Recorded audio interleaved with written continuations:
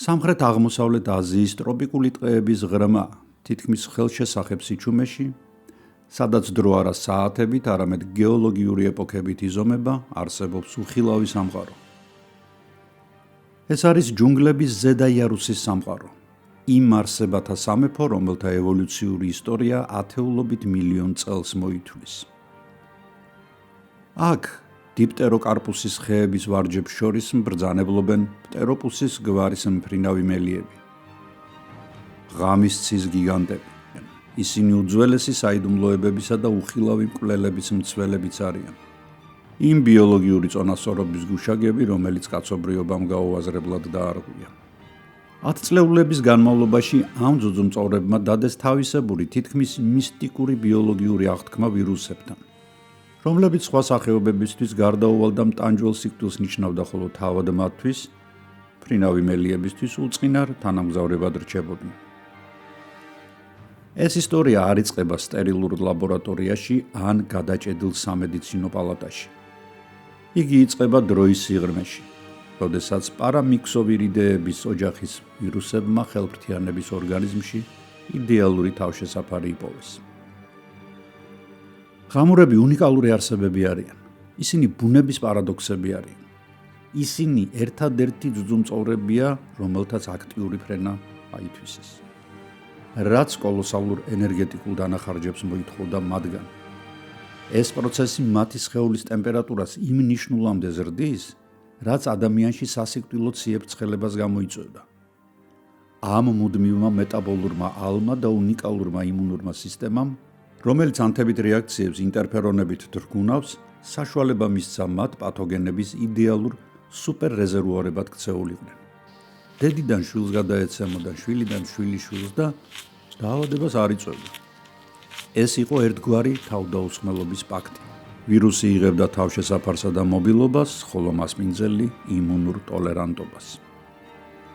მაგრამ ადამიანმა თავის დაუსრულებელ ექსპანსიაში, ბუნების კანონის გადაწერა-გადმოწერებში, ტყეების შეხვაში, ჭაობების დაშრობაში და ფერმების შენებაში იქ, სადაც ადრე მხოლოდ მხეცის ნაბიჯი ისმოდა, ამ კანონების დარღვევა მოახერხა. პანდემიებს ხშირად აღვიქვამთ როგორც მოულოდნელ შემთხვევით მოვლენებს. თუმცა ნიპაჰის ვირუსის ისტორია არ არის შემთხვევითობის ისტორია. ეს კანონზომიერი ტრაგედიაა. ეს არის ამბავი იმისა, თუ როგორ გატეხა ანთროპოგენულმა ზეწოლამ, ტყეების გაჩეხვამ, კლიმატის ცვლილებამ, ინდუსტრიულმა მეცხოველეობამ, პანდორას ყუთი, რომელიც ბუნებას მილიონობით წლის წინ ჰქონდა დაბეჭდილი.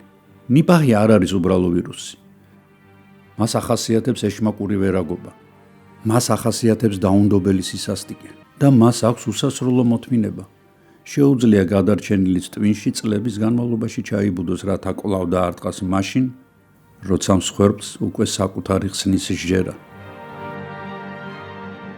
გამარჯობა, მე კვლავ ვასო გაბუნია ვარ და დღეს ძალიან საინტერესო თემაზე გვექნება, როგორც ყოველთვის საუბარი და ეს თემა არა მხოლოდ საინტერესო იქნება, არამედ დასაფიქრებელიც და რაღაც ეტაპზე რაღაცასთან შესახვედრიც კი. და ამ შეხვედრას შეიძლება არც თუ ისე კარგი შედეგები მოყვეს.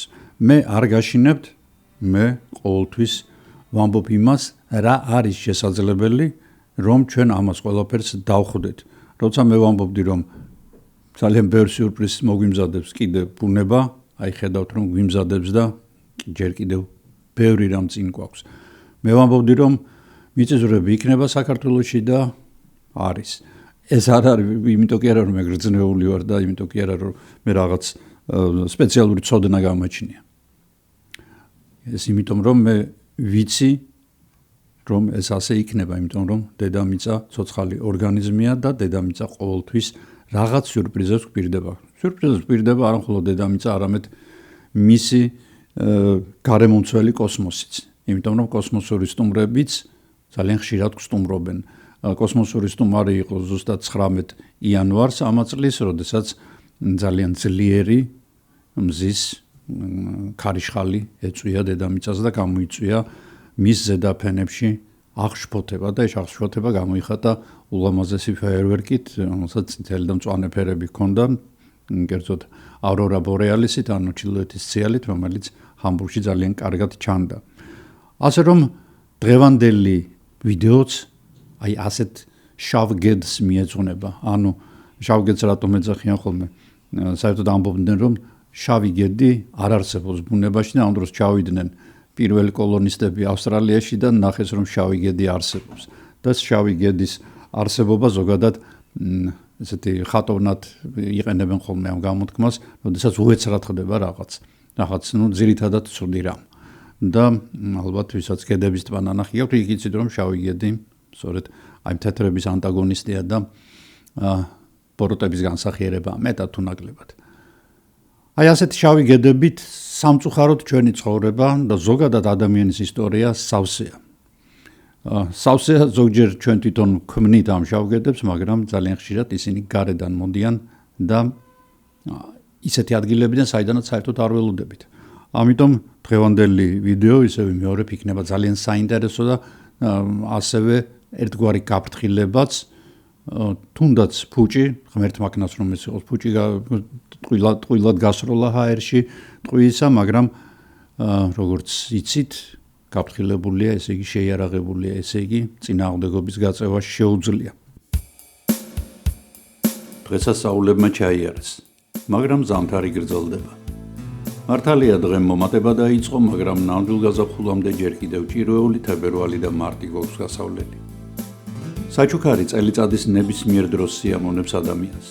განსაკუთრებით ისეთი, რომელშიც მაქსიმალურად იქნება სამშობლოს მადლიანი მიწისა და მზის სურნელი. იმაზე, რომ ეს ადვილად მოახერხოთ, ჩემმა ახალგაზრდა მეგობრებმა იზრუნეს. მათ პრემიუმ ხარისხის სასაჩუქრე ნაკრებების წარმოება წამოიწყეს, რომელშიც ერთმანეთის გვერდით კოხტად განლაგებულად კბილი ჩურჩხელა და ცხარე აჯიკა, მადის აღმძვრელი სვანური მარილი და ტკბილმჟავე ტყემალი, კავკასიონის ალპური ფერდობების ყვავილების თაფლი და რა თქმა უნდა, მისი უდიდებულესობა ქართული ღვინო. დღეს უკვე შესაძლებელია ამ ნაკრების ევროპის სხვადასხვა ქვეყნებში გადაგზავნა. ტარიფებს ეკრანზეც ხედავთ და ვიდეოს აღწერაშიც იქნება. გაითვალისწინეთ, რომ ნაკრების შემადგენლობა მყიდველის სურვილის მიხედვით შესაძლოა შეიცვალოს. ხოლო თუ ამ პრომოკოდს გამოიყენებთ, თქვენ როგორც ჩემი არხის მაყურებლები დღეიდან 7%-ის ნაცვლად 20%-იან ფასდაკლებას მიიღებთ. 20% სახუმარო არ გახლავთ, ეს ფასის მეხუთედია. თუ ნაკრებს ამ პრომოკოდის მიხედვით შეიძენთ, ამით თქვენ ჩემს არხსაც დაეხმარებით. გადადით ბმულის მიხედვით, გაიგეთ პირობები, შეუკვეთეთ ახლავე და აჩუქეთ თქვენ სახლობლებს ტკბილი მოგონებების სურნელი. ამ ფუნდამენტურ ვიდეოში, რომელიც საკმაოდ დიდი ზომის იქნება და ძალიან გთხოვთ ბოლომდე უყუროთ, იმიტომ რომ ეს არ არის უბრალო გასართობი ვიდეო, იქ იქნება რაღაც მომენტები, რომელიც შეიძლება რთულად მოგეჩვენოთ, მაგრამ მე იმას ისეთნაირად გადავამუშავებ, რომ თქვენთვის მაქსიმალურად გასაგები იქნება. აი ამ ვიდეოში ჩვენ გავივლით გზას ბორნეოს კვამლიანი ცეცხლსაკიდებული ტყეებიდან ბიოუსაფრთხოების მეოთხე ყველაზე კრიტიკულ BSL 4 დონემდე. ეს არის სტერილური ბოქსები, სადაც ყველას შესვლა არ შეუძლია და იქ სადაც სიკვდილი ინახება. ჩვენ დავინახავთ მარტოხელა გმირების თავდადებას, რომლებიც არღვევენ წესებს და ამით ათასობით ადამიანის სიცოცხლეს გადაარჩენენ. მათ ტრაგედიას, ვინც ახალ შავჭირს შეებრძოლება და მისი პირველი მსხვერპლი გახდება. ეს არის აპოკალიფსის მოსალოდნელი თუ მოულოდნელი აპოკალიფსის სცენარი, რომლის რეპეტიციაც უკვე შედგა. საკითხავი ახლა მხოლოდ ის არის, როდის შედგება მისი მსოფლიო პრემიერა. ალმოდებულიცაა კატასტროფის გენეზისი. ელ-ნინიო და კვამლი არქიპელაგის თავზე. ურჩხულის დაბადების გასაგებად 1997 წელს უნდა დავბრუნდეთ. დაახლოებით 30 წლით უკან. სამხრეთ აღმოსავლეთ აზია ულამაზესი მხარე, უმდიდრესი გეოლოგიით, უმდიდრესი ბიომრავალფეროვნებით, ვულკანებით, წყალქვეშა საოცარი სამყაროთი და საოცარი ჯუნგლებით. 97 წელს მას ელ-ნინიომ კლიმატურმა ფენომენმა შეუტია. ელ-ნინიო პერიოდულად ჩნდება ხოლმე და მისი გამოჩენა იწვევს ტროპიკულ რაიონებში ან კატასტროფულ ცვლილებას ამინდის და მას მოყვება ხოლმე ძლიერი გრიგალები, ან უფრო ხშირად ეს გახლავთ გვალვები, რომლებიც შემდეგ იმდენად აშრობენ მიწას, იმდენად აშრობენ ტყეებს, რომ იქ ერთი ნაპერწკალიც კი საკმარისია, რომ ხანძარი გაჩნდეს.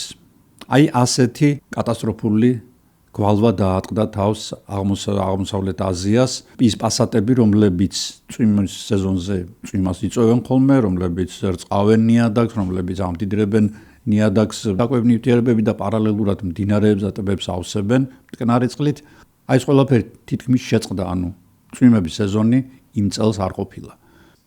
თუმცა ბუნება უბედურების მხოლოდ ერთი ნაწილი იყო. მეორე და გამსაზღვრელი ნაწილი გახლდათ როგორც ყოველთვის ადამიანი, Homo sapiens, თუ ის sapiens-ია. ინდონეზიის კუნძულებზე, კერძოდ სუმატრაზე და კალიმანტანზე, ახლა მას ბორნეოს ეძახიან, კორპორაციებმა და წვრილმა ფერმერებმა დაიწყეს ხელუხლებელი ტროპიკული ტყის გაჩეხვა. რატომ? იმიტომ რომ გამოეთავისუფლებიათ სასოფლო-სამეურნეო სავარგულები ზეთის პალმის პლანტაციებისთვის და ასევე ცელულოზა ქაღალდის წარმოებისთვის. და ზეთის პალმა მოგეხსენებათ არის ერთ-ერთი ყველაზე მიღებული კი არის აი ზეთის გამოყენება, მაგრამ რო გითხრათ, მაინც და მაინც ჯანმრთელი არ არის. ყოველთვის აიკითხეთ ხოლმე, თუ ეს არის ქოქოსის ზეთი, თუ ეს არის ქოქოსის კარაქი, ეს არ აუშავს, მაგრამ აი პალმის ზეთზე დამზადებული ნებისმიერი შოკოლადი იქნება ეს თუ რაღაც ნამცხვარი თუ ასე შემდეგ, საკმაოდ მდარე ხარისხისაა. გერმანიაში მაგალითად მათ ყველაზე დაბალი D კატეგორია ენიჭება ესეთ პალმს და პირდაპირ არის მითითებული ხოლმე ნებისმიერ საკვებზე თუ იგი რაღაცა რაოდენობით მაინც შეიცავს ამ ზეთს. და სწორედ ასეთი პალმის ზეთის საწარმოებელი პალმები დარგვა დაიწყეს. ამ გადაწვის დროს, როგორც გითხარით, გადამშრალია ნიადაგი, გადამშრალია ტყეებიც თვითონ, იქ სადაც მუდმივი წვიმა უნდა იყოს, ან მუდმივად ნოტი უნდა იყოს, ტყეები მშრალია, განსაკუთრებით გაკაფვის ადგილებში და იწყება ხანძრები. ხანძრები არა მხოლოდ ტყეებში, არამედ ტორფიან ჭაობებშიც.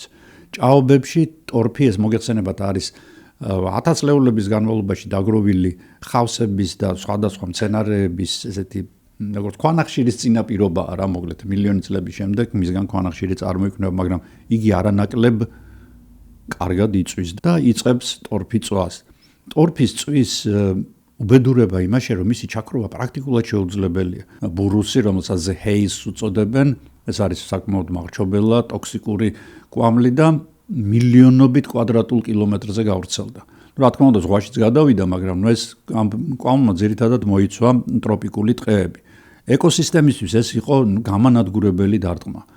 სინათლეს მოკლებულმა და კვამლით მოწამლულმა ხეებმა შეწყვიტეს ყვავილობა და ნაყოფის გამოღება და ფაქტიურად უდაბნოდ იქცა.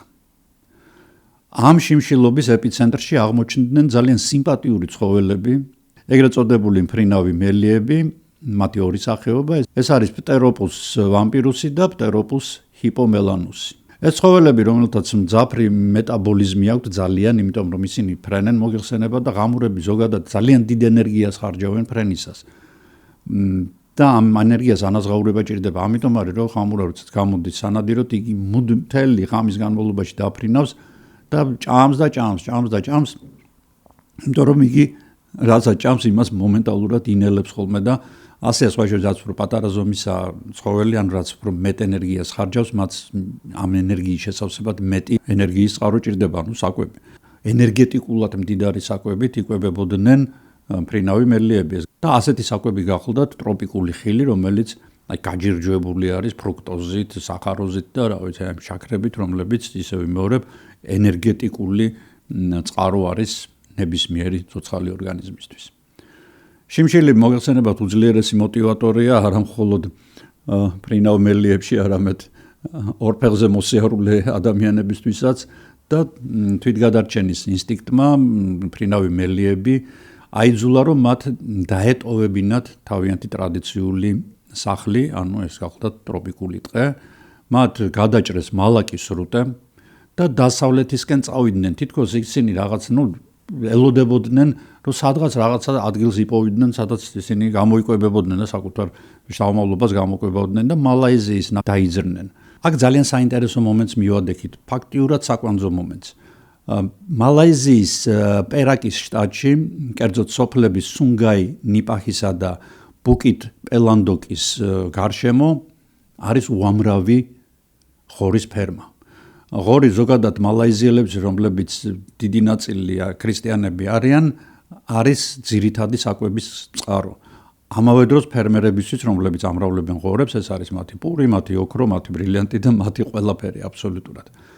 საუბედუროდ ამ ხალხისთვის მათ იმის მაგივრად რომ გაეშენებინათ თანამედროვე ფერმები, რომელსაც რა თქმა უნდა ძალიან დიდი ინვესტიციის ჩადება სჭირდება, მათ გადაწყვიტეს რომ სასარგებლო და სასიამოვნო ერთად შეეთავსებინათ. იქ ძირითადად ახლა იქ თოვლი არ მოდის, ძირითადად წვიმებია მოგეხსენებათ, თავის დასაცავად მათ დარგეს დიდი რაოდენობით აი ფერმების ტერიტორიაზე მანგო, დურიანი, რამბუტანი, ეს ტროპიკული აზიური ხილია, ძალიან გემრიელი ნაწილი ცოტა ისეთია, სპეციფიურია, მაგრამ მაინც კარგია და პირდაპირ საღორეების გარშემო და შიგნით საღორეების შიგნით გააშენეს ეს ხეები. ხის ტოტები დაყურებდა ღორების კოლტს, სადაც 10,000-ობით ღორი იმყოფებოდა. შიმშილისგან დაუძლურებული და დასტრესილი და მიგრაციით გადაღლილი ღამურებისთვის იყო 60.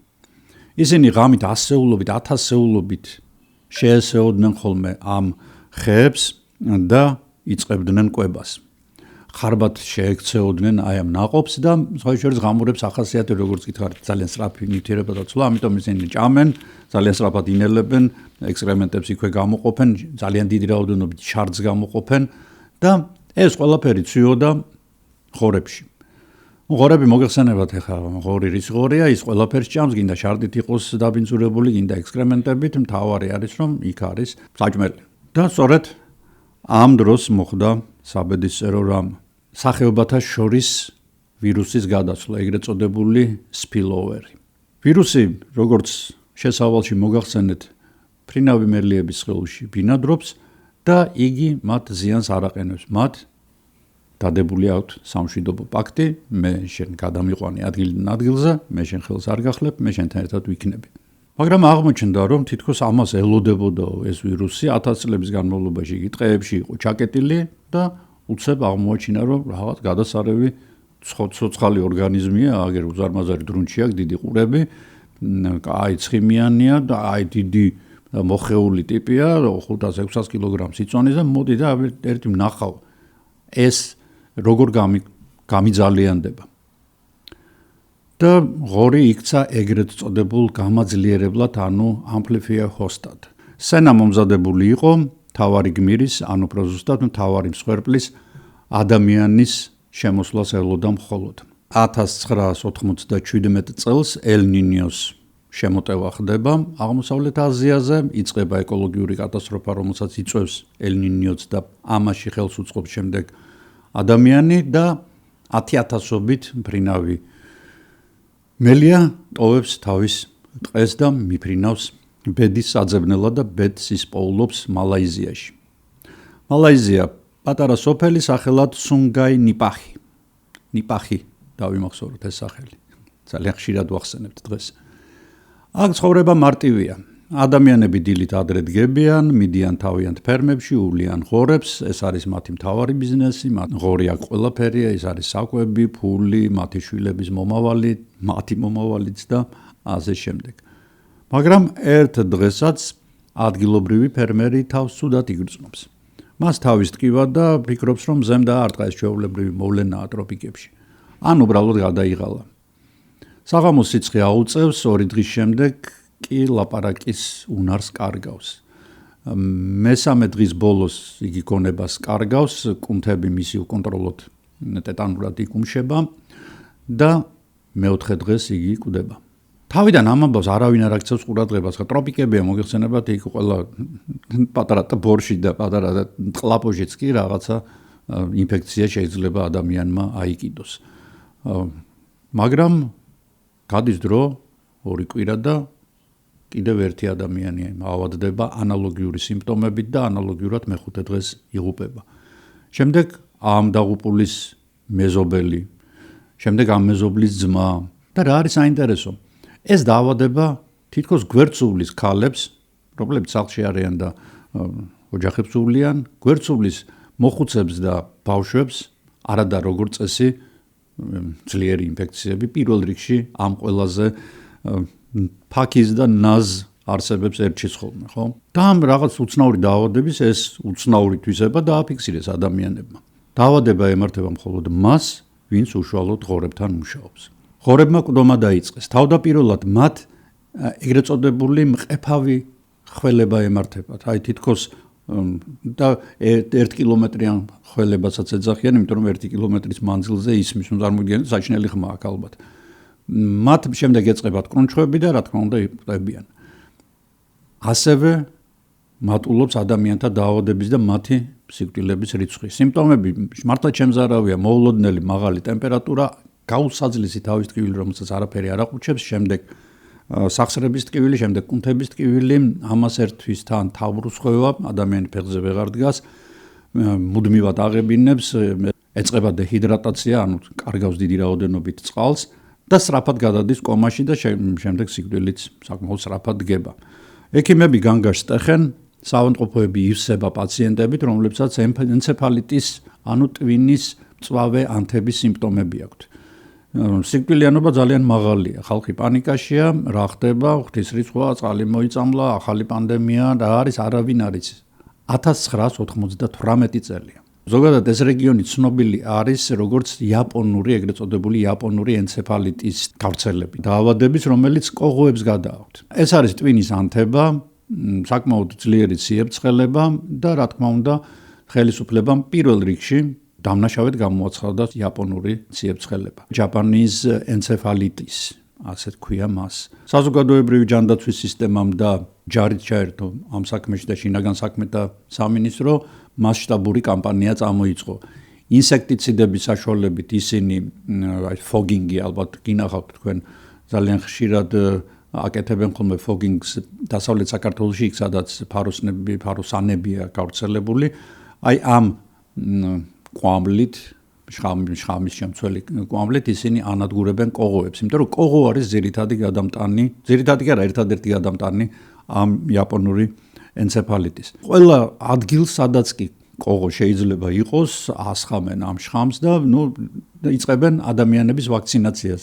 ამ ენცეფალიტის საწინააღმდეგო ვაქცინა არსებობს. მთავრობა ასეულობით მილიონს ხარჯავს. ეს არის ქუჩების და ქალაქების მასიური დამუშავება, არა მხოლოდ ქალაქების და ასევე ტყეების, მინდვრების. რა თქმა უნდა, ამას კვლავ მოსდევს ეკოლოგიური კატასტროფა, იმიტომ რომ ის შხამი პირდაპირ იმ კოღოზე კი არ მოქმედებს, ფაქტიურად ყველაფერს კლავს, რაც ირგვლივ არის. ამიტომ ბიომრავალფეროვნებას ადგება კატასტროფული ზარალი. მთავრობამ გამოაცხადა, რომ კოღო ჩვენი ნომერ პირველი მტერია და ჩვენ მას ომი მოუგეთ. მაგრამ აქ არის ერთი პრობლემა. ადამიანები კვლავ კვდებიან. ეს იყო ბუნების ახალი გამოცანა.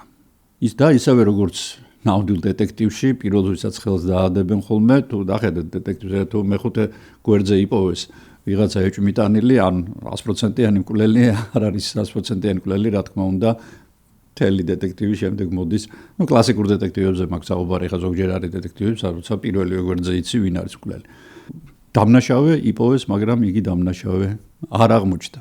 ეს სცენარი ვერ უძლებდა კრიტიკას, განსაკუთრებით ეპიდემიოლოგებში, რომლებიც ხედავდნენ, რომ სურათი მთლად ასეთი ადვილი არ იყო. პირველი, იაპონური ენცეფალიტი ებრძვის პირველ რიგში ბავშვებს და მოხუცებს, ანუ ადამიანთა იმ ჯგუფს, რომლებსაც ჯერ კიდევ არ აქვთ ან უკვე დაკარგული აქვთ იმუნური სისტემა. აქ იხოცებიან ჯანღონით სავსე, ყველაზე მუშა, ყველაზე საშუალო ასაკის და ყველაზე ესეთი აქტიური მამაკაცები. სწორედ ისინი, რომლებიც ღორების ფერმაში მუშაობენ. მეორე, დაავადება იჩენს ძალიან უცნაურ რელიგიურ შერჩევითობას. თქვენ გახსოვთ ალბათ, როდესაც უკრაინაში ომი დაიწყო, იქ რუსებმა გამოაცხადეს, რომ აქ ბიოლაბორატორიები არის, სხვა ჩვენთანაც ლუგარშიც. ამას აწვევიან დღემდე სხვადასხვა, იმდენად რეგუნები არიან. და იქო მზადდებაო სპეციალური ვირუსებიო, რომლებიც რუსებზე მოქმედებენ. ანუ ვირუსი არჩევს რუსია, ესე იგი მოუკლავ. უკრაინელია, ქართველია, სომეხი არა, მაშინ ამათ თავს დავანებ. აი ესეთ პრიმიტიული რაღაცებით აბოლებენ საკუთარ მოსახლეობას და 80% სხვაებში ჯერა კიდეც რომ იგი ბიოლაბორატორიები და ბატები და იხუებს ზრდიდნენ უკრაინელები, რომელსაც შემდეგ მომაკვდინებელი ვირუსები გადაქონდათ. 21 საუკუნეში ხდება ეს ამბავი. მაგრამ აქ მართლაც ასეა. ისლამის მიმდევრები შემთხვევა რომ გარდაცვლილი იყოს არ არის. და აქ უკვე რაღაცა კანონზომიერება იხატება, ანუ ღორებთან მომუშავე ადამიანები იღუპებიან, არ იღუპებიან ადამიანები, რომლებიც ღორებს არ ეკარებიან, მოგეხსენებათ იუდეველები და მუსლიმები არ ეკარებიან ღორის ხორცს და ღორს საერთოდ და ასევე მესამე ფაქტორი ის არის, რომ კოღოები დაახოცეს კი არა, მიაყოლეს თუ კი რამე იყო დასახოცი, ყველაფერი მოკლეს, მაგრამ დაავადება კვლავ მძვინვარებს. და აქ ახლა მივადექით ჩვენ ძალიან საინტერესო მომენტს, როდესაც ერთ ადამიანს შეუძლია ძალიან ბევრი რამის შეცვლა თუ იგი სისტემის წინააღმდეგ წავა. სისტემა ყოველთვის ბოროტია.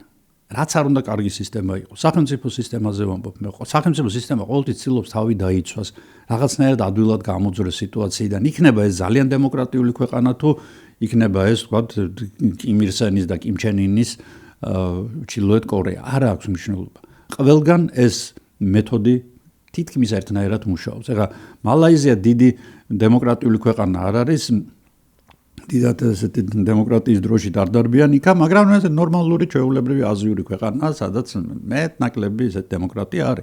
მიუხედავად ამისა, სისტემა წინააღმდეგ მიდის ერთი ადამიანისა. ეს გახლავთ დოქტორი ჩუა კაობინგი. ასე ქვია მას. იგი 44-45 წლისა და ერთ-ერთ უნივერსიტეტში ვირუსოლოგიის კათედრაზეა.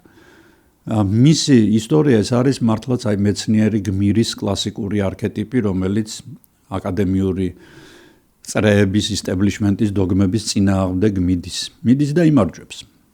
ლაბორატორიაში მუშაობისას ჩუა ცდილობს, რომ გამოყოს დაღუპული ადამიანების სისხლიდან ვირუსი. იგი გამოყოფს კიდეც და სწავლობს მას და ხედავს, რომ ეს არ არის ენცეფალიტის ვირუსი. აბსოლუტურად სხვა ტიპია. თან აკვირდება ერთ რამე ძალიან საინტერესო რამეს, რასაც მე ჩვენ დაწვრილებით განვიხილავთ.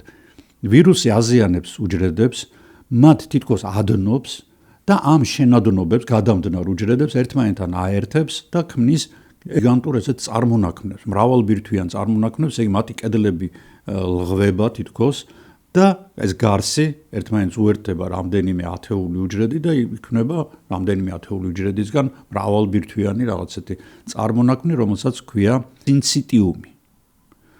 აი ესეთი სინციტიუმებით არის სავსე დაღუპული ადამიანების ქსოვილები. ასეთი სინციტიუმების წარმოქმნა უკვე ცნობილი არის ვირუსოლოგებისთვის და მას ქმნიან პარამიქსოვერიდეების წარმომადგენელი ჯგუფის წარმომადგენელი ვირუსები. რაც თავარია, ამ ენცეფალიტით ღორები არ ავადდებიან. ღორიდან ადამიანზე ეს ენცეფალიტი არ გადადის. გადადის კოღოს საშუალებით, როგორც თქვი. და მისი მცდელობა რომ დაარწმუნოს ხელმძღვანელობა, რომ იგი მართალია არაფერი არ გამოსდის სკეპტიციზმის კედელს ეჯახება და ამიტომ გადაწყვეტს ძალიან სარისკო საქმეს. ისეთ საქმეს, რომელსაც თუ რო ჩავარდნილიყო ეს ამბავი, მას ცოცხლის ბოლომდე მოუწევდა საპატიმროს ხეხვა. იგი აიღებს დაღუპული ადამიანის სისხლს, ძალიან ღრმად ჩემოდანში შეტენის და ამერიკაში გაამგზავრებს. გაყვება და წავა თვითონაც ამერიკაში და არის ასეთი დაავადებების კონტროლისა და პრევენციის ცენტრი ატლანტაში, CDC და იქ მიიტანს ამ თავის ნიმუშს. ეს მართლა თავზე ხელაღებული სიმამაცის აქტია, იმიტომ რომ კოლბა თვითმფრინავში რომ გატეხილიყო, რაღაცა მოსულოდა, კატასტროფა მოხდებოდა. მილიონობით ადამიანი ძალიან მაღალი საფრთხის და ძალიან დიდი საფრთხის წინ დადგებოდა. მაგრამ საბედნიეროდ ყველაფერი კარგად დამთავრდა, კოლბა იყო ძალიან კარგად შეფუთული და მას თვითმფრინავი რომ ჩამოვარდნილიყო, მაინც არაფერი დაემართებოდა. CDC-ში ნიმუში შეისწავლეს უმძლავრესი ელექტრონული მიკროსკოპებით, სპეციალური პრეპარატების გამოყენებით და სახეში ჩახედეს ახალ მომაკვდინებელ ვირუსს, რომელსაც ნიპახის სახელი დაარქვეს, ანუ სოფლისა, სადაც იგი პირველად გამოჩნდა. ნიპახის ვირუსი ერთ-ერთი ყველაზე მომაკვდინებელი ვირუსი, რაც კი აქამდე კაცობრიობას ცოდნია. მალაიზიაში ლეტალობის პროცენტმა 72 შეადგინა. ეს ძალიან მაღალია. ფაქტიურად 100 ადამიანიდან 72 იღუპებოდა. და უკვე ჩუი დიდი დროშით ხელში ბრუნდება მალაიზიაში და მას უკვე როგორც გმირს ისეხვდებიან, იმიტომ რომ მან თავისი სიცოცხლის რისკის ფასად დაადგინა თუ როგორ და რანაირად ვრცელდება ეს ვირუსი. მაგრამ უკვე როცა ვიცით ჩვენ საიდან ვრცელდება, სად არის პირველ წყარო, უკვე ადვილია. ამიტომ არის დიაგნოზს როდესაც ვსვამთ, გინდა ადამიანის ჯანმრთელობის იყოს, გინდა კომპიუტერი რო გაგვიფუჭდება, ეს უკვე ნახევარი საქმეა, იმიტომ როცა დიაგნოზი ვიცით, უკვე მკურნალობის მეთოდებსაც ზუსტად შევარჩევთ. მაგრამ ჩუის ეს აღმოჩენა კატასტროფა აღმოჩნდა ფერმერებისთვის. მომენტალურად დაირაზმა მთელი მალაიზიის ჯარი რაც ყავდათ, წავიდნენ და თუ კი სადმე ღორი ნახეს, ყველგან მოკლეს. დაახლოებით 1,200,000 ღორი განადგურდა 2 კვირაში. ეს იყო ისე ვიმეორებ ადამიანებისთვის, ძალიან ბევრი ადამიანისთვის, ძალიან ბევრი ფერმერისთვის ერთადერთი შემოსავლის წყარო, მაგრამ ასეთმა უსასტიკესმა მეთოდმა თავისი იღო იმით, რომ დაავადება შეწყდა, გაქრა. და მალაიზიის მთავრობამ გამოაცხადა, რომ ვაშა ჩვენ, ძეგლი ჩვენ, გმირის ორდენი ჩვენ, იმიტომ რომ ჩვენ მოვამთავრეთ მომაკვდინებელი ვირუსის არსებობა.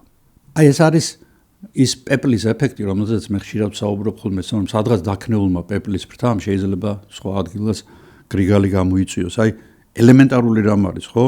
ერთი წლით ადრე ელ ნინიომ, რომელმაც გაანადგურა დავარგულები, შემდეგ უკვე ადამიანები, რომლებმაც დაიწყეს ტყეების განადგურება და ამ განადგურებას მოყვა ღამურების მიგრაცია და ამ მიგრაციას მოყვა ვირუსის მიგრაცია და უпростоრად ვირუსის გამოსვლა ხალხში.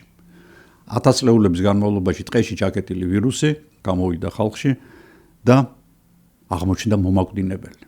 მაგრამ საბედნიეროდ ისე ვამბობ, აი ესეთმა უმკაცრესმა და უსასტიკესმა მეთოდმა, რომელმაც ძალიან ბევრი ადამიანი მშიერი დატოვა, გადაარჩინა პლანეტა დიდ უბედურებას. ახლა როგორც ყველა კარგ დეტექტივში, რა თქმა უნდა, ჯერჯერობით ბოლო ჩვენს ისტორიას არ უჩანს და იწყება მეორე თავი. არანაკლებ მძაფრი, არანაკლებ სასტიკი. მალაიზიაში ღორების განადგურების შემდეგ მსოფლიომ მშვიდად ამოისუნთქა და ეგონა ყველას რომ და განსაკუთრებით ვირუსოლოგებს, ეპიდემიოლოგებს, რომ საშიშროება გაქრა, დაბრუნდა ტყეში. არა, უბრალოდ ჯერ არ იციან ტყეში დაბრუნდა თუ არა, საერთოდ ტყეში იყო თუ არა ეს ვირუსი. ეს ჩვენ ვიცით, იმიტომ რომ მე უკვე გითხარით. 2001 წელია და ვირუსი ჩნდება სულ სხვა ადგილას. და აფეთქებები იწყება ბანგლადეშში, მეჰერპურის რაიონში და ინდოეთში, ქალაქ სილიგურიში. აქ როგორც გითხარით, არ იყო გიგანტური საღორეები და ხორცის ინდუსტრიული წარმოება, სამაგიეროდ აქ მტერმა სულ სხვა გზა იპოვა, გაცილებით ტკბილი, გაცილებით გემრიელი. ადამიანები მიდიოდნენ საავადმყოფოში მაღალი სიცხით, შემდეგ მათ ეწყებოდა ცუნთხვის უკმარისობა, მარლები ვარდებოდნენ კომაში, ექიმები შოკში იყვნენ, სიმპტომები ზუსტად გავდა ნიჰაპის სინდრომებს, ეს უკვე დაადგინეს ექიმებმა. ეპიდემიოლოგები შედიან ჩიხში, რატომ? იმიტომ რომ ბანგლადეში მუსლიმური ქვეყანაა. აქ ღორები საერთოდ არ ყავთ. ჭაჭანება არ არის ღორის, მაგრამ საიდან ხვდება ადამიანის ორგანიზმში ნიპაჰის ვირუსი?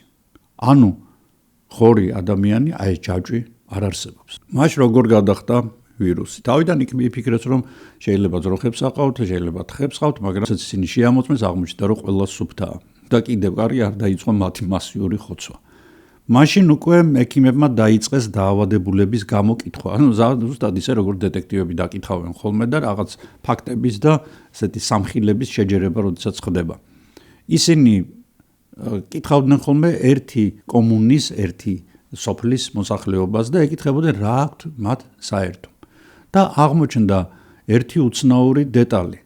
თითქმის ყველა მათგანს, რომელიც ავად გახდა, რამდენიმე დღით ადრე ერთი და იგივე სასმელი დაელიათ. ეს იყო ტრადიციული ზამთრის ტკბილი სიამოვნება, ახალი ფინიკის წვენი. ასე ეძახიან პალმის წვენს.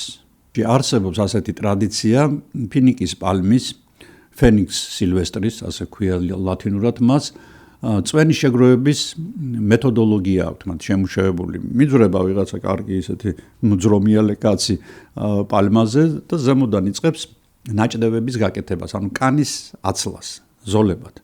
შემდეგ ამ ზოლებს სადაც ქვემოდან პატარა თასებს უყენებს და ღამის განმავლობაში ეს თასები ტკბილი წვენით ივსება. ეს ხდება ზამთრობით. შემდეგ ჩამოვაქვთ და ყოველგვარი თერმული დამუშავების გარეშე აცხამენ დიდ მოცულობებში და მიაქვთ ბაზარში და იქ უკვე ხალხი სვამს როგორც გამაგრილებელ, მატონიზირებელ, შაქრებით მდიდარ და ყუათიან სასმელს. საკმაოდ გემრიელიაო, როგორც ამბობენ. თუ მას ამოადოღებ, იგი შაქრად იქცევა, სხვა იმდენი შაქარია მასში. ხალხს უყვარს ეს წვენი და აღმოჩნდა, რომ არა მხოლოდ ხალხს. მეცნიერებმა დაადგინეს, რომ რაღაცა კავშირი არსებობს პალმის აი სასმელსა და ადამიანებს შორის. ამიტომ ჩვენ პალმა უნდა გამოვიკვლიოთ. პალმის გამოსაკვლევად ერთ-ერთმა გენიალურმა ადამიანმა პალმაზე დაკიდა ვიდეო კამერა. დაბნელდა თუ არა ასობით ჩვენი ნაცნობი ფრინავი მელია მოფრინდა, რომლებმაც დაიწყეს ლოკვა აი ამ ტკბილი წვენის, ანუ სახაროზა და ფრუქტოზა და სხვა შაქრები არის მათთვის ძირითადი საწვავი, ძირითადი ენერგიის წყარო. და აღმოჩნდა რა, აგერ არის თასი შეყენებული, აგერ არის ჭრილი, აქედან მოწვეთავს ეს ტკბილი სითხე, აგზის ჩვენი მელა, ლოკავს ამ სითხეს და იქვე ისაქმებს, იქვე შარდავს და ეს ყველაფერი ცვივა აი ამ თასში. ანუ ფაქტობრივად დილით, როდესაც ადამიანი ადის ამ წვენის ჩამოსატანად, მას თან ჩამოაქვს ვირუსებით გაზეზილი, კარგი გემრიელი კოქტეილი. და აქ აღმოჩნდა, რომ არანაირი შუარგოლი ღორების და ცხვრების და თხების სახით აღარ იყო საჭირო. პირდაპირ ღამურა პალმის წვენი დამაშორალი ადამიანი, რომელიც ამ პალმის წვენს სვამს. ამიტომაც დღესაც კი ბანგლადეშში აფეთქებები ამ დაავადებისა ემთხვევა პალმის წვენის შეგროვების სეზონს. ეს გახლავთ დეკემბერი-მარტი. და აი სწორედ ახლა არის იქ საკმაოდ მძიმე მდგომარეობა. მალაიზიური შტამისგან განსხვავებით, რომელსაც ეძახიან NIV-M-ს, ბანგლადეშური შტამი NIV-B არის გაცილებით აგრესიული, გაცილებით ლეტალობით ხასიათდება იგი. ენცეფალიტთან ერთად იგი იწვევს უმძიმეს რესპირატორულ დაავადებებს, ფილტვების ანთებას და თუ მალაიზიაში კვდებოდა სადღაც 40-დან 70%-მდე დაავადებულებისა, ინდოეთში ლეტალობა შემაძრწუნებელ 90-100%-მდე ადის. მაგრამ თუ გონიათ, რომ საფრთხე მხოლოდ მათ ემუქრებათ, ვინც ეს წვენი დალია, ნურას უკაცრავად. ნიპაჰმა ბანგლადეშში ისწავლა ახალი ტრიუკი, რომლისაც ეპიდემიოლოგებს ყველაზე მეტად ეშინიათ. ეს არის ადამიანიდან ადამიანზე გადასვლა. ანუ უკვე შუალედი რგოლი ამოვარდნილია. ერთი არის პლუსი, თუ ეს პლუსად შეიძლება ჩაითვალოს, ნუ ხო ეხლა ზოგადად საკაცობრიო მასშტაბით პლუსია, რომ ეს ხალხი არ მოძრაობს. ეხლა თვითმფრინავებით ესენი პარიზებში და მადრიდებში არ ისვენებენ, ხო? იმად ერთი სულიად იქვე სადმე საჭმელი ნახონ და ის დღე გადაატარონ. ერთი ეს პლუსია. გადადის ნერწყვით, გადადის ნახველით, გადადის სითხეებით, მაგრამ ერთი პლუსი აქვს ჯერჯერობით კიდევ ამ ვირუსის, რომ იგი მძიმეა. აი COVID-თან შედარებით მე თუ აქ დავაცემინე და COVID-ი მაქვს, თქვა შეიძლება გვერდზე ოთახში გაფრინდეს ეს ვირუსი, ჩატეა და თქვა ჩემს მეუღლეს დაემართოს ჩემგან გაფრენილი COVID-ი. აი აქ ნიპაჰის შემთხვევაში, რადგან მძიმეა ვირუსი, იგი ძალიან შორს ვერ მიდის. 2018 წელი კერალას შტატი. ეს არის ინდოეთი, ეს არის ულამაზესი ბუნებით გამორჩეული შტატი, რომელსაც სხვა შორის ძალიან მაღალი განათლების დონეა, აქ მის ვერ ნახავთ წერა-კითხვის უცოდვინარ ადამიანს, აქ ძალიან განვითარებულია ჯანდაცვის სისტემა, მოგეხსენებათ ზოგადად ინდოელები ძალიან კარგი ექიმები არიან, ისევე როგორც ძალიან კარგი პროგრამისტები, მაგრამ ნიპაჰის ვირუსი აქ მაინც შემოძრება. პირველი, ანუ ნულოვანი პაციენტი გახდა 26 წლის მუჰამად საბიტი, სოფელ სუკიპურამიდან. იგი 5 მაისს ტანჯველი სიკვდილით დაიღუპა, სიმპტომები ენცეფალიტისას გავს, თუმცა ადგილობრივი ექიმები ვერ სვამენ დიაგნოზს და მალევე ამ სიკვდილიდან პერამბრას საავადმყოფოში მისი უფროსი ძმა სალიჰი მოათავსეს. სალიჰს უკან მოყვა მათი დეიდა, დეიდას უკან მოყვა დეიდაშვილი და 4-ვე ადამიანი ერთნაირი სიმპტომებით გარდაიცვალა. ამ ტრაგედიის ცენტრში აღმოჩნდა 28 წლის მედდა ლინი პუტუსერი. იგი მორიგე იყო, როცა მუჰამად საბიტი მიიყვანეს საავადმყოფოში, იგი უვლიდა მას, წმენდა ოფლს, უკეთებდა გადასხმებს, ლინი მას იგრძნო, რომ რაღაც ვერ არის თვითონაც კარგად, ციებ-ცხელება იგრძნო და მან მომენტალურად საკუთარი თავი საავადმყოფოშივე სრულ იზოლაციაში გადაიყვანა. დააკეტინა კარები, ფანჯრები, ყველაფერი, აიღო ლეპტოპი და დაიწყო თავისი დაავადების აღწერა.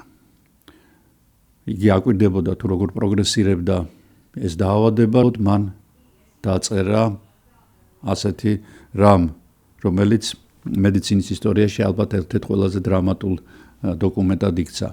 საჯიშეტა, ეს მისი ქმრის სახელია, მე მივდივარ. არ მგონია რომ კვლავ შევძლო შენი ნახვა. მაპატიე, გთხოვ მიხედო ჩვენ შვილებს.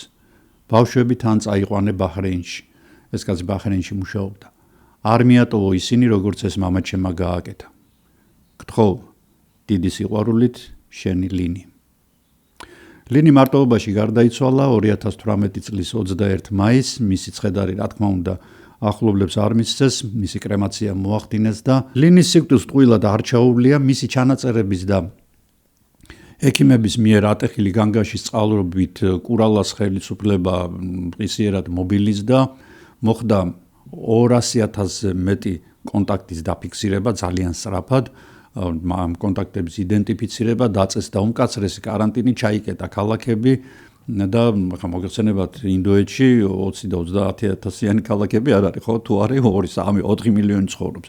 მთლიანად დაავადდა 23 ადამიანი, საბედნიეროდ მეტი არა, აქედან 21 გარდაიცვალა, ანუ ლეტალობამ 91% შეადგინა. მაგრამ ვირუსი, რაც მთავარია, არ გაძვრა ინდოეთის მჭიდროდ დასახლებულ ქალაქებში.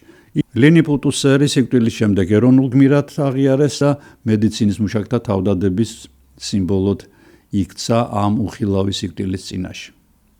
ნიპახი არ არის კოვიდი, ან წითელა, რომელიც აერში დიდხანს დაფრინავს, როგორც გითხარით, ეს საკმაოდ მძიმე ვირუსია, ამიტომაც თვითონ ეს აფეთქებები, პატარა-პატარა აფეთქებების სახეს იღებს, ანუ ოჯახში ხდება, რაღაც პატარა კომუნაში ხდება, ერთ სოფელში ხდება, ანუ შორს არ გადის. მაშ რატომ არ უკეტავთ მსოფლიოს? რატომ არ უაჩერებთ პლანეტას, როგორც ეს 2020 წელს გავაკეთეთ და დაუღუპეთ უამრავი ადამიანი და ბიზნესი და ქვეყნები ეკონომიკური კრიზისების და უსკრულების წინაშე დავაყენეთ და ზოგი ჩავაგდეთ კიდეც ამ უსკრულში. საქმე იმაშია, რომ ეპიდემიოლოგიაში არის ასეთი ტერმინი R0-ვანი. ეს ნიშნავს თუ რამდენ ადამიანს აინფიცირებს საშუალოდ ერთი ინფიცირებული ადამიანი.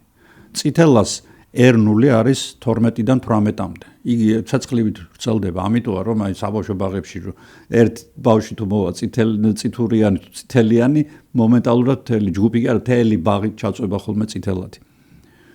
ძალიან აგრესიული ვირუსია. კოვიდის ომიკრონ შტამი, რომელიც ასევე ძალიან აგრესიულია ყველაზე აი ამ კოვიდების ოჯახში, მისი R0 არის 8. ნიპახის R0 არის დაახლოებით 0,48 ან 0,3. ძალიან დაბალია. ამიტომ ეპიდემია ძალიან სწრაფად ჩაიწვება ხოლმე, მით უმეტეს რომ მატარებლები ამ ვირუსისა სამწუხაროდ ძალიან სწრაფად კვდებიან, ამიტომ აი ესეთი კერები, რომლებიც უცებ ჩნდება ხოლმე, ასევე უცებ ქრება.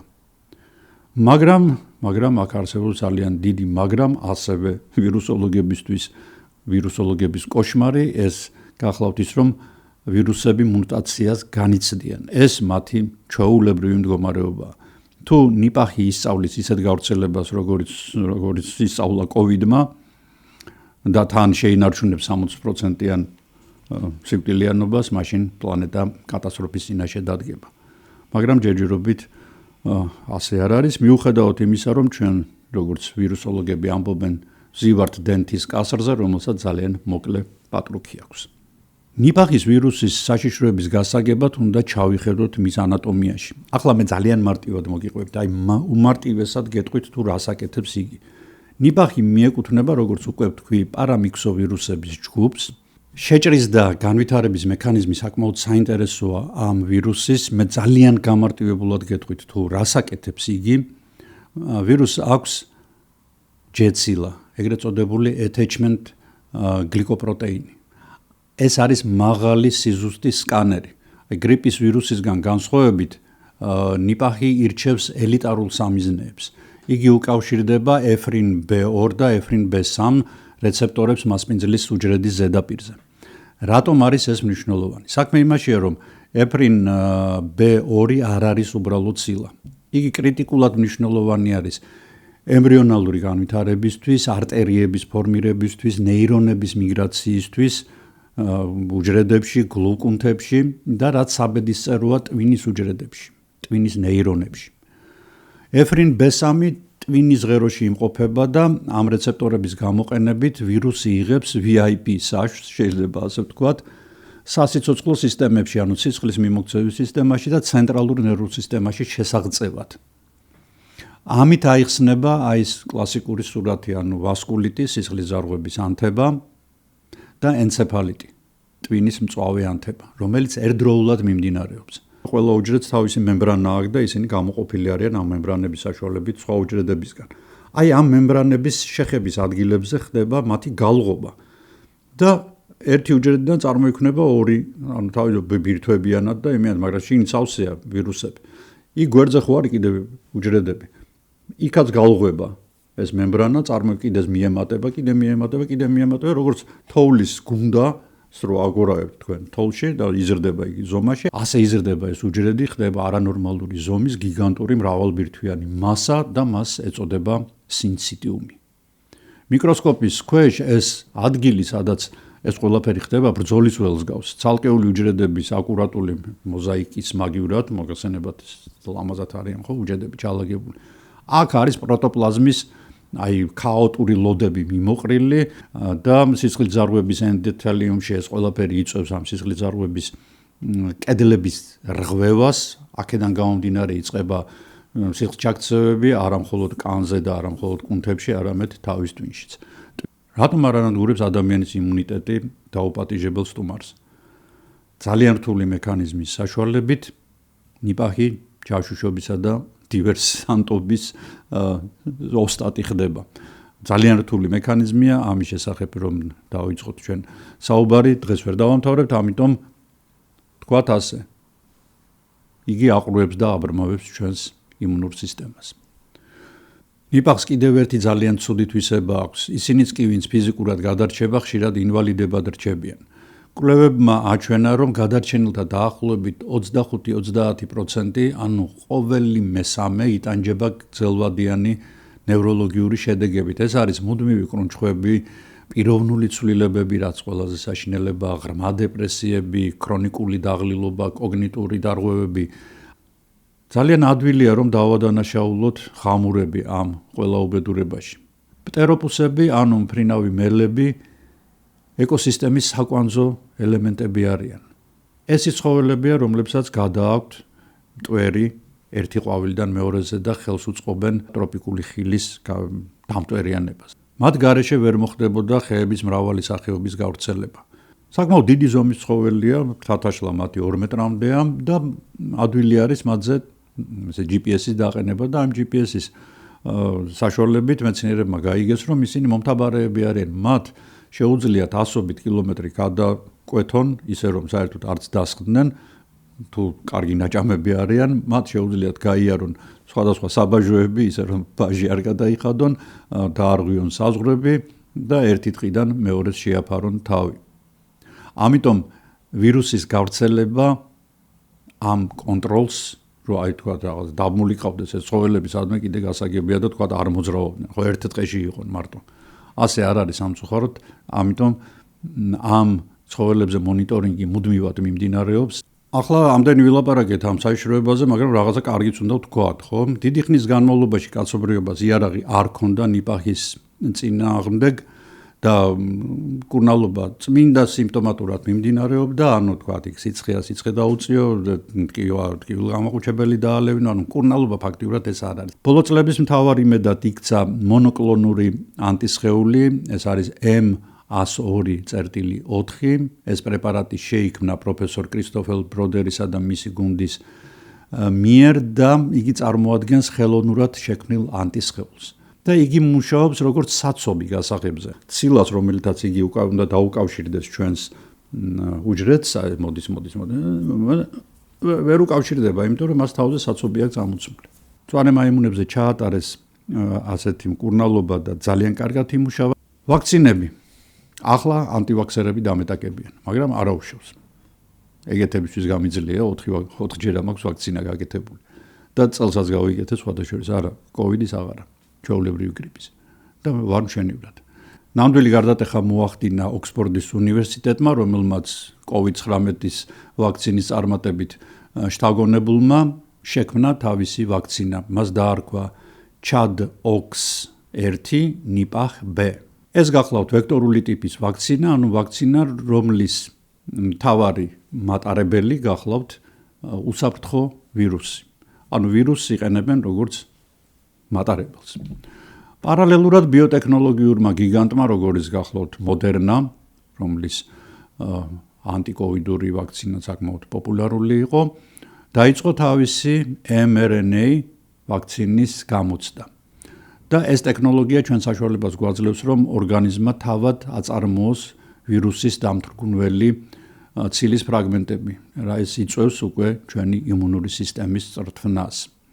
ეს გამოცდები ბოლა დროსთან მეცნიერებს ესმით, რომ კვლევის მესამე ფაზის, ანუ ეფექტურობის შემოწმების ჩატარება უკიდურესად რთულია, რადგან ეპიდაფეთქებები სპორადულია, ანუ ადგილ-ადგილ ხდება და არაპროგნოზირებადია, მაგრამ უკვე მზა უსაფრთხოებაზე შემოწმებული კანდიდატების არსებობა უკვე ეს წინ გადადგმული ნაბიჯია.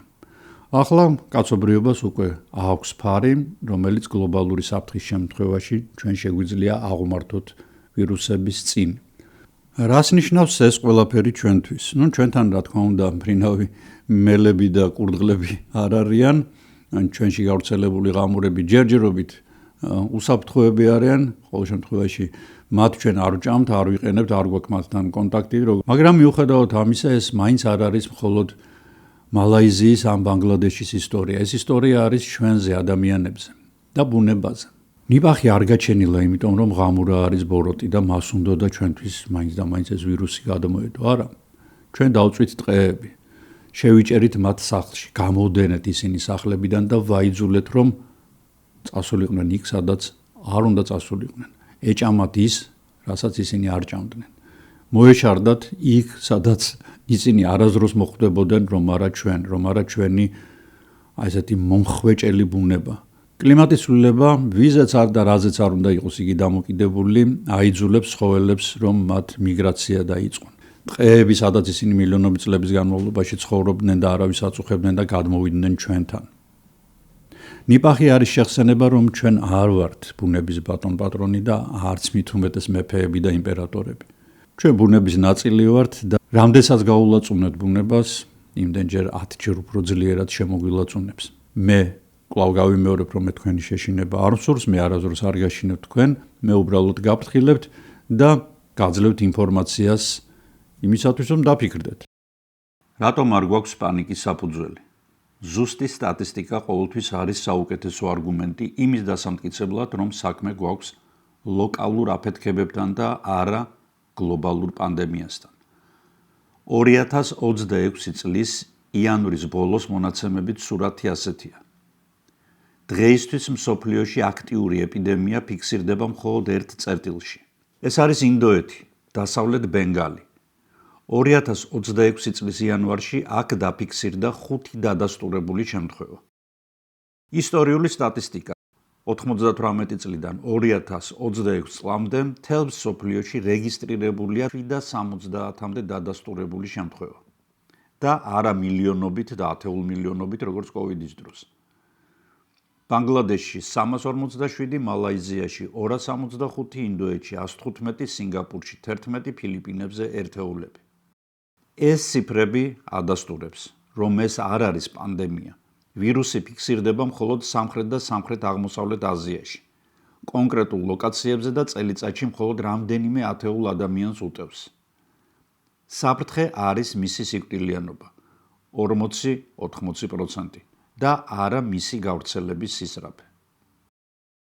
მე ახლა ვამზადებ ძალიან საინტერესო ვიდეოების ციკლს, ამიტომ დარჩით ჩემს არხზე, დარჩით კი არა თქვენს ნაცნობებსაც შეატყობინეთ, რომ ასეთი არხი არსებობს და თუ ვინმეს სპონსორობის სურვილი გაგიჩნდებათ, ან იცნობთ ისეთ ადამიანს, რომელსაც აქვს ასეთი სურვილი, მე მხოლოდ მივესალმებ. კიდევ ერთხელ ძალიან დიდი მადლობა, რომ უყურეთ ვიდეოს და ნახვამდის.